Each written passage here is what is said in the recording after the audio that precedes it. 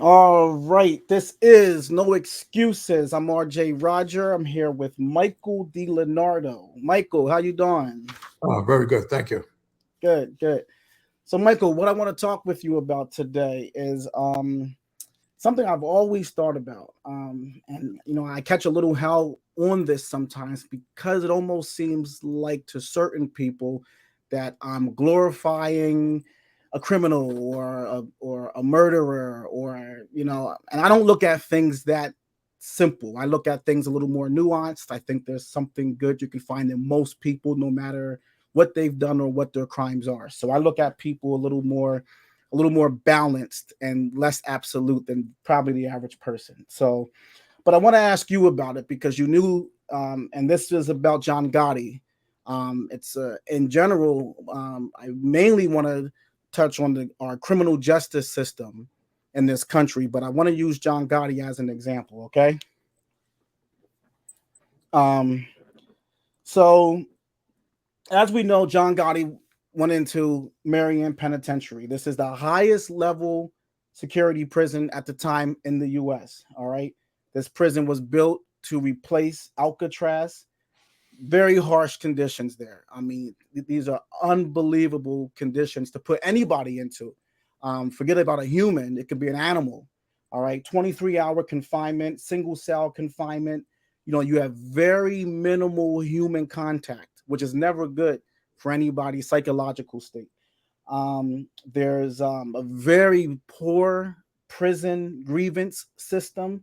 Um, and unfortunately, correctional officers there have a high authority. They're not very regulated. There's been a lot of reports of severe beatings, severe mistreatment from the correctional officers. Um, you're essentially in solitary confinement at all times in this prison. You have very limited activities as far as recreational, rehabilitational, educational. It's just a very, very tough place. Now, John Gotti was sent there after he was found guilty. All right. He, he contracted head and neck cancer. And I think they even were a little bit even harder on Gotti because of who he was. I've read reports where he was left in the dark for over 23 hours a day. Sometimes he was denied access to even the very limited amenities that were available to prisoners there. He was denied access to his lawyers, to a phone, to be able to reach his family at a time.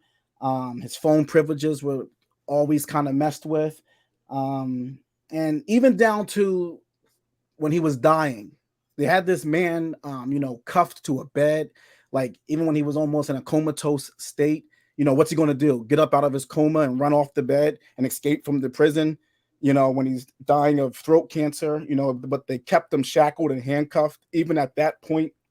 Um, I know you have shared with me that, there were times that you would see Junior after he visited his father, and you could see it on his face that it was taking a toll on him, seeing the things that his father was going through.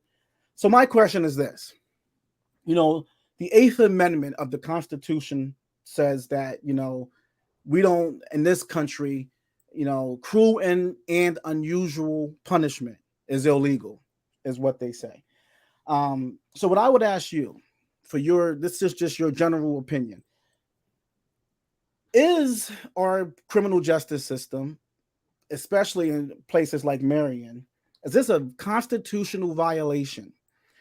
Um, and I guess I would also ask you, at what point are the prosecutors or at what point is the system becoming the criminals? At what point are they worse than the people that they're locking up? Well, there is a level 6 in Florence, ADX. They built a prison at that time that they opened up. Level 6, it's even more confined and more secure. Um, I'm sure Gravano, I think, talked about that prison. Pretty much like living hell. If you're going to live, most of the guys there are lifers who committed not just Italians, there's all sorts. the Unabomber, X, Y, and Z. The Blind Sheikh was in passed through those places. These are high profile people that they're given no quarter to. It's you want to talk about constitutional rights? Do the government really say that you have zero rights once you're a convicted felon and you're in their possession, their property? And if they're sadists, that are jailers, or people who like to see people suffer, sure, absolutely. But do we lose our rights? Is that what this is about? The cruel, you said cruel and unusual what? What was the cruel and unusual what? Eighth Amendment? Punishment. Cruel and unusual punishment. No, torture. Cruel and unusual torture. I put that note on my cell. Cruel and unusual torture, MCC. When I knew they were getting a visit from people from Washington, they laughed. They thought it was funny. Sadists. So you get into John. You know, John's Italian. You know, he was really tortured, but it happens. It happens often.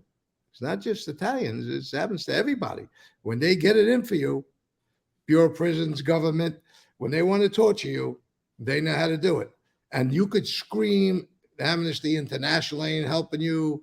All these agencies, all these acronym agencies, they're not going to help you. They have no access and no say.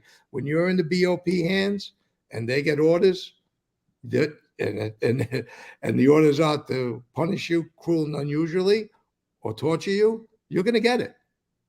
So these places, these level 5 and level 6 places, should be only reserved for certain type of people. The threat to national security, but the torture part of it, part of keeping somebody locked up 23 hours a day. I didn't have 23 hours. I had 24 hours a day. How's that? I didn't get no rec. I got no rec ever. Never did I get rec once. 6 months. Again, I don't want nobody to feel sorry, but I was in that hole for 6 months. In freezing temperatures. So you go back to John, I can imagine what they did to this guy. And he was so angry. I seen a video. He was so angry one time. He says, see these guys? They were worried how they were treating him. He says, see these guys? They treat me better than I would treat them. He was up to me. I chained him to a radiator and beat them all day. He really didn't mean that. Maybe the guys that were sadistic to him, sure he meant it. But as a whole, he's sending a message back. That what, he's kidding me? I can't see John being abusive like that all the time. He wasn't that type of guy. He knew what jail was. He was frustrated. It bled out through his videos. But when you're sick in prison, nobody's helping you. You lucky. These guys got heart attacks and they got their life saved. They took them out. Yeah, there's some good stories out there. But if you're on that X blacklist, you're in trouble. So constitutional rights, suspended, terminated. Well, when you say, you know, these prisons should only be reserved for certain type of people, you know, I question that personally. I don't know that any human has committed an act. Just take them outside and shoot them. Just kill them then. Because, I agree. And what I would say, now I'm not saying there's not people who have committed despicable crimes. But I'm going to take this position. Let's assume, because there's people who might say, well, John might have been not guilty. Let's assume for the sake of this discussion, every crime John Gotti was ever accused of, for the sake of this discussion, let's say he's guilty of them all. I don't think John has treated on his worst crime. Look at Paul Castellano in that street. Let's say he's guilty. He organized it. He did it. Paul did not suffer the way John Gotti suffered. I don't know that most of the deaths that John Gotti, let's say John Gotti ordered 10 deaths. What they put Gotti through was a slow torturing, a torture style killing. Now, if you think the man is so bad, why not just take him outside and shoot him in the head and just get it over with? But to torture a person day in and day out, and I struggle with if this should be legal for anybody, for any criminal. Well, you're right. I agree with you. Like I said, there should be a place, these level 5 and level 6 places where they have that kind of punishment. You could put these people in a Marion, but give them their rec outside. Treat them as human beings, because the government's supposed to be better than that, aren't we? Every government, the local government, state, federal, is supposed to be better than that. But they warehouse people. And in John's case, like some other people, they wanted to break John's spirit. That's all that was. They wanted him to cry uncle. They wanted him to beg. They wanted him to scream out, help me. If John would have gave in to them, maybe he would have made a penitentiary. Maybe. But they wanted John to break. And John's medal, torture me any way you can, motherfucker, excuse my language, that you ain't going to break me. You're never breaking me. You got me here. I'm here. You're not breaking me. And that was John's code. That's it. And there's certain other people, they see that and they want to break you. You ever see Cool Hand Luke? No. Yeah, watch Cool Hand Luke. Paul Newman, great movie. What we have here is a failure to communicate. Watch that movie. Great movie. Okay. So it's about breaking you. If they can't, the United States government, whoever was in charge, whoever ordered that sadistic environment for him and others, are no worse than the people they put there, like you just said. He's better off that they would have gave him death penalty and shot him. He would have stuck his chest out and took every bullet coming at him. So, it's something that needs to be addressed. I doubt it'll ever be addressed. But again, go to the lifers. They get to give them their rec, give them their food, just give them death penalty. I agree. A lot of these guys are in those situations. I bet you say, I want to volunteer for the lethal injection. I would at that point, right? I only did it for 6 months. I lost 70 pounds, and I felt the wrath of the BOP, etc., upon me at that time for 6 months only. So it is cruel and unusual torture, for sure. And where's these righteous politicians? Yeah, they'll go visit a couple of prisons. They all walk by, then they're going eating a steak down the block. They really don't care. That's photo ops. That's all that is. It's never going to change, RJ, no matter what we say. It's not going to change. That's the way this country's built with the penal system. And I can't believe, as self-righteous as this country can be sometimes, putting ourselves up on this pedestal all the time, that we still allow this type of stuff to go on in prisons. It's you said you would have people lining up. Not only that, I have a father, and I have a child. I can tell you, nothing beats a harder heartbeat out of me than my own daughter. I'd rather my daughter be taken outside and given the mercy of a quick execution, no matter what her crimes were, than to lock her up in a box and turn her own psychology against her. Start talking to yourself. You lose touch of reality. You don't know if it's morning, noon, or night. You have no concept of the world. They strip you of everything. My understanding is you never see the sky again. Is that true? I'll tell you what John said. He says, I give $10,000 to walk on grass. I remember you told me that. When you told me that, I remember where I was standing. I was in a car dealership. I was telling you I was getting my car fixed, and I was telling you this story because I heard Angel Gotti. I called you about this thing I heard of Angel Gotti did an interview, and she was talking about, they had armed fucking guards in the cell with her father when for a visitation and stuff. And she was just going through all the things that they did to this man. And I called you, and I remember you telling me that he would pay to feel the touch of grass. That is not a human. That is the most inhumane. This is terrible. This is terrible stuff. And I hope at some point there's somebody that takes a position and there's some awareness that comes on how we treat people in the prison system. No, there are people out there. It's been for a while. There's people that try, but they're not going to get anywhere. There's people that try. There's plenty of guys that came out of prison to have some shows, some great shows on these podcasts. They're trying to help people get out of prison for these draconian laws. Yeah. You got the minorities who got hammered with a little bit of residue, life sentences and for residue. I mean, these are draconian laws at any level. You know, we just talked to the most egregious act you could perpetrate on a human being is that kind of torture, especially if you're Wow. sick. It just compounds it. Again, Yeah. where's the distemper shot? Give me that distemper shot. You know, they do it to horses at the track, don't they? They break their leg, they kill them. Yeah. So, you know, going back to what you said about Angel, I'll introduce John Jr. When he used to go see his father, he Yeah. come back. I see a different guy. He was broken looking at his father. He was broken seeing his conditions and how his father was debilitating and he was breaking down and frustration and all of that. But John wouldn't give. Nice to see Junior. Maybe you don't I never had this talk with him, but it was in his face. He was stunned. He was so broken about his father, seeing his father suffer like that. And the analogy you gave about your daughter, that's what he must have felt. You know, I never Yeah. had a chance to talk to him because I didn't want to get into it more because I seen on his face how much it hurt him. You know, it's your father, the criminal, no criminal, is still somebody you love, and you don't want to see him go through it like that. Yeah.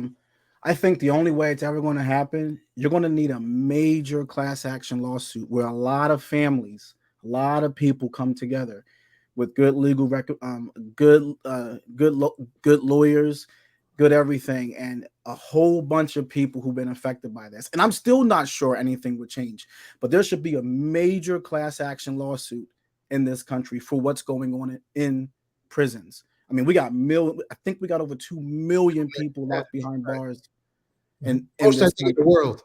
I think it may Yeah, be the world. it I'll is give us by quoted. far. Yeah, by far. So And when you talk about the Eighth Amendment, RJ, what does it mean? Who goes to bat for it? Class action lawsuit? I mean, where's all these lawyers that do pro bono work? Why aren't they? Why aren't they in front of this? Try to get in front of the Supreme Court and do the right thing? They're constitutional people. You know, maybe they could see it a different way. Uh, most yeah, countries don't have a life sentence. I mean, there's people that don't, they should never hit the street. I mean, it's funny coming from me, but there's just animals out there that they know once they hit the street they're going to be raping and killing girls again or little boys, and they can't control themselves. So those people you shouldn't not hit society, but shouldn't be treated at that level. Put them in their own place, give them whatever they got. You know, they got to breathe air. They got to walk on grass. yeah, So yeah. I think I read somewhere that the last time you see the sky is as you're getting transported in, and you never see it again for as long as you're in that prison. yeah, You for never some. see the sky. Yeah, you never see the sky again. But just small things, even just systematic things. Like when I was saying that there's virtually no prison grievance system. If a there isn't really even a strong third party system in there that is there to represent the prisoners. No, there's no advocate. It's make believe. You could drop slips all day long. I need aspirin. I got toothache. I'm bleeding. I got pain. There was a guy I was locked up with just before I got there. He was complaining of stomach pains. Right? They kept. I think it was bullshit. They kept giving him aspirin. Guy had stomach cancer right out his whole body. So they don't care. That's one less mouth they have to feed, and then they're not going to. They wouldn't send this guy out. Yeah, it's really a shame. I'm not going to be able to do anything about it, but I wanted to ask a guy like you because A, you knew John Gotti, and B, you spent time in prisons also. I don't really have I can't speak about it from being inside of it. So I can only imagine the conditions that I read are horrendous. So what the hell do they feel like when you're dealing with it? Like it's unbelievable that this is the things that still exist in this country. Well, I was in Lower Manhattan, right? And they put me in this special cell. There's only 6 cells, and these cells were built after the first World Trade Center. They cleared out a floor and they made a control center up there, and they put these 6 cells, and all the windows are blacked out. They're clouded. You can't see outside, except you scratch a little hole. You can see outside, see the world a little bit. The walls are steel, concrete floor, concrete bed, concrete seal. No pipes. You can't kill yourself. Can't kill yourself. There's no way, no means to kill yourself. Showers in the cell. 2 cameras. Lights on 24 hours a day. They never go off. They give you a pen. When they decide to give you a pen, it's about this big. And as soon as you hold it, starts to melt in your hand. That you're going to write letters on a concrete. They give you like a sheet of paper if you want to write a letter. Books. I didn't get books for about a month. They wouldn't give me any books to read. I told the counselor, she's come knock on the door. I said, where's books? I need a couple of books. Let me read. She says, well, I don't know where's books. I said, you just passed them in the Sally Port downstairs. There's a whole library for the other hole, the regular population hole. You didn't see those books down there? They're there. I said, if you're not part of the solution, you're part of the problem. She got mad at me, walked away. I said, you're torturing everybody up there. I was locked with 3 Arabs. 2, they were kidnapped from overseas. Another one that was, I think it was Mumbai. He was attached to that. The other 2 guys fought the Russians. And then later on, they were brought. And these guys, they had the same conditions I had.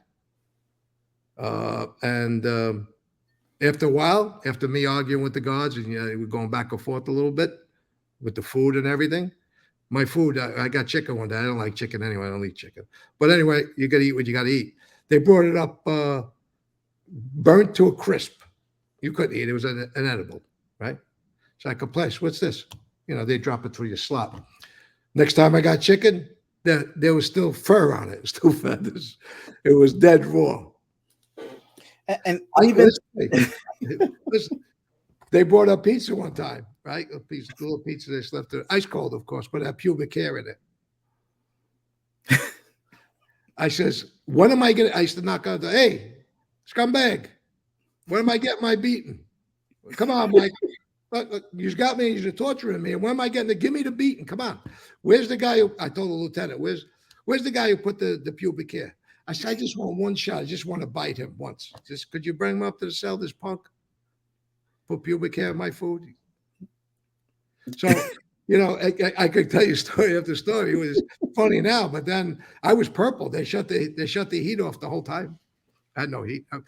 I urinated in the bowl. I woke up out of my sleeping on the floor, try to keep warm.